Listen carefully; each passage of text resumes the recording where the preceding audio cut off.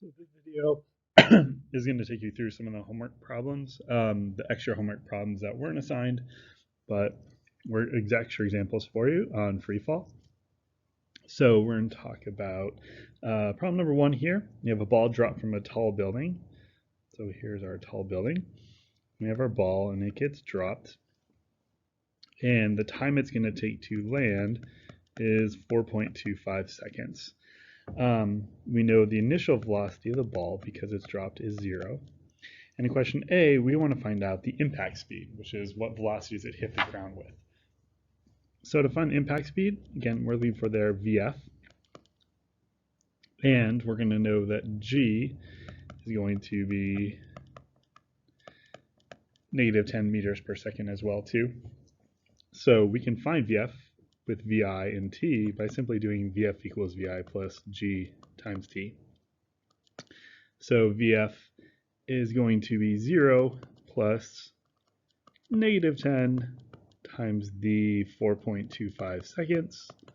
So our velocity would be negative 42.5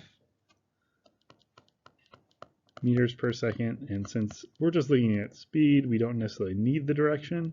So our speed is going to be 42.5 meters per second for that one. Question B asks, how tall is the building? Well, since VI is 0, we can find our delta Y, how far it fell, by doing G times the time it takes to fall squared divided by 2. So we know it's negative 10 times that time of 4.25 seconds squared, all divided by 2. And if we find out that, we get a total distance of 90.3 meters would be the height that it fell from. Okay.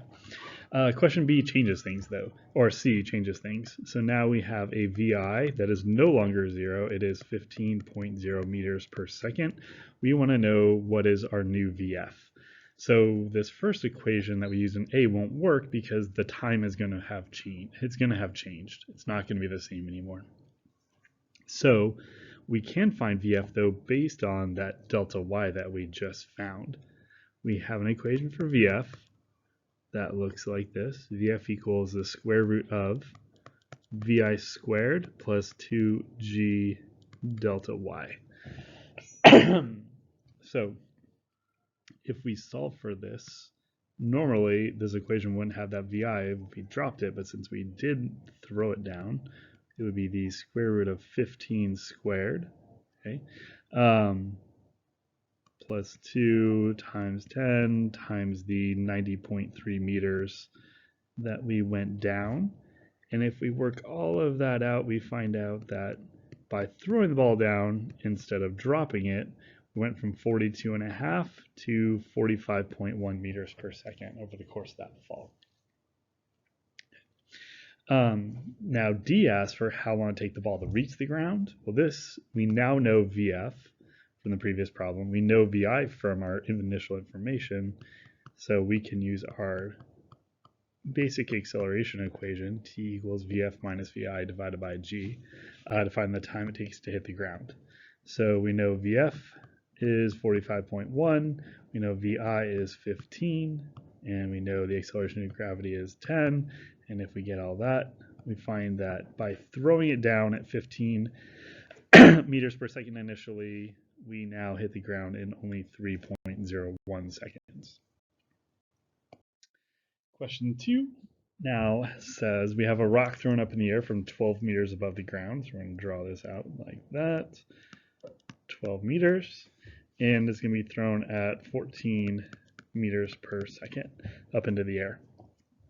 We want to know the maximum height that that rock reaches in part A. So what do we know about that maximum height? Well, we know that the initial velocity is 14 meters per second. We have this y0 point down here. That's that initial starting height of 12 meters. And because we're going up in the air hitting our peak, we know that the final velocity is 0 meters per second. And again, we're using free fall, so G is going to be negative 10.0 meters per second squared to work through this. So how can we find our delta y, or our height, based on this information? Well, we have an equation that uses our velocities, vf squared minus vi squared over 2g, but that finds the displacement. We want to know the actual height. We're going to need to add in that y0 point. Again, that's going to cause this shift, because this first part of the equation here, this part I'm underlining in blue, finds this distance from the launching height to the peak.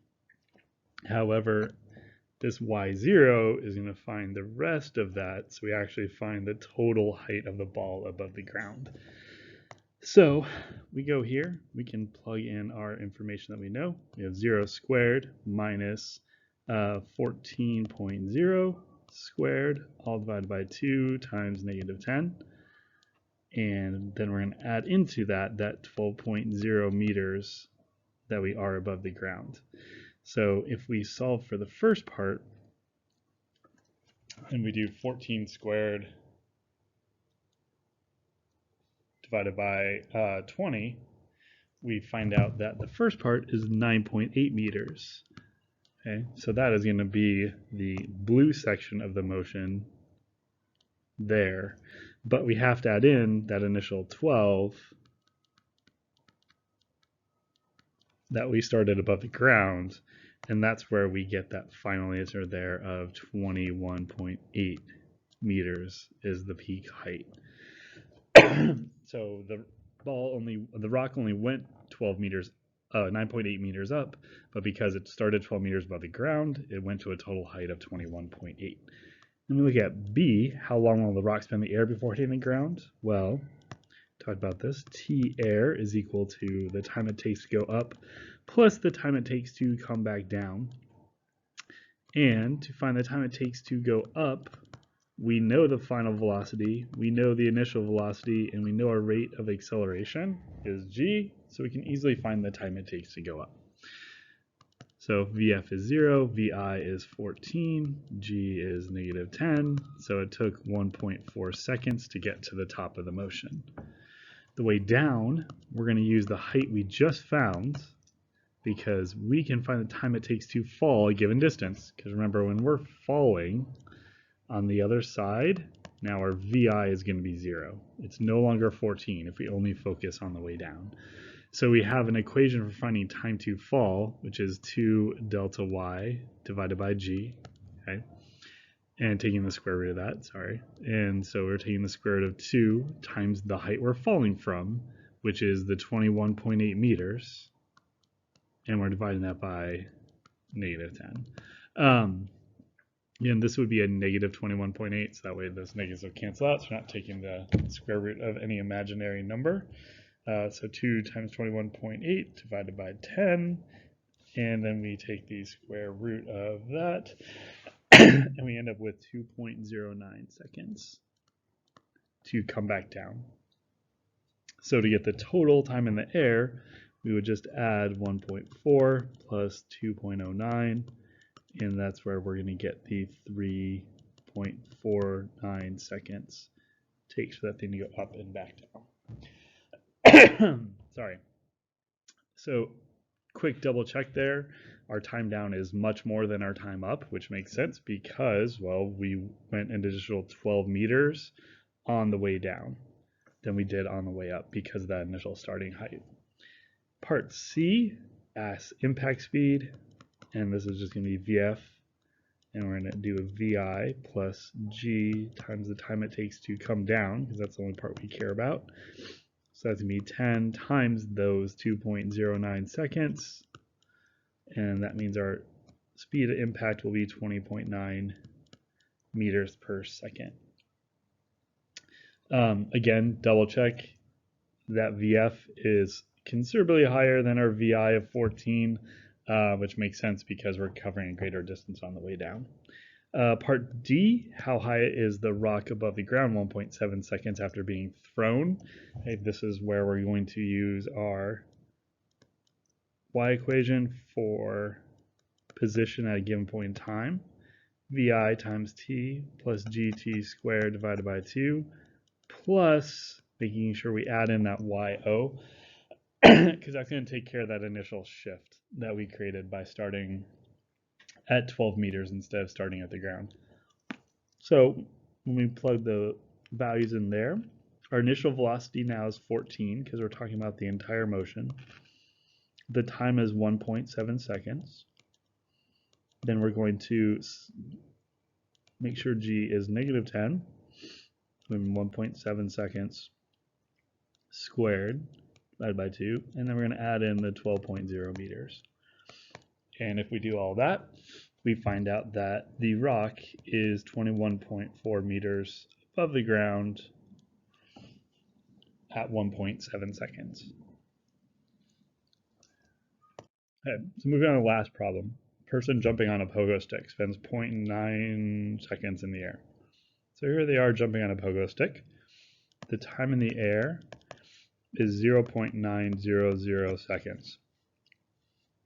Now, you might be thinking, okay, this kind of, how am I going to find anything else out? Well, they're going from the ground back to the ground. So what does that mean? Well, that means the time up is equal to the time down, and they're both equal to half the time in the air of so they're both 0.450 seconds. What's also true is that the initial speed of the jump over here is the exact same as the final speed of the jump over there. So what we could do is find, since we know the time it takes to go down, we could actually find the VF first. And VF on the way down is always VI plus G times the time it takes to come down. And VI is 0, so you don't have to worry about that.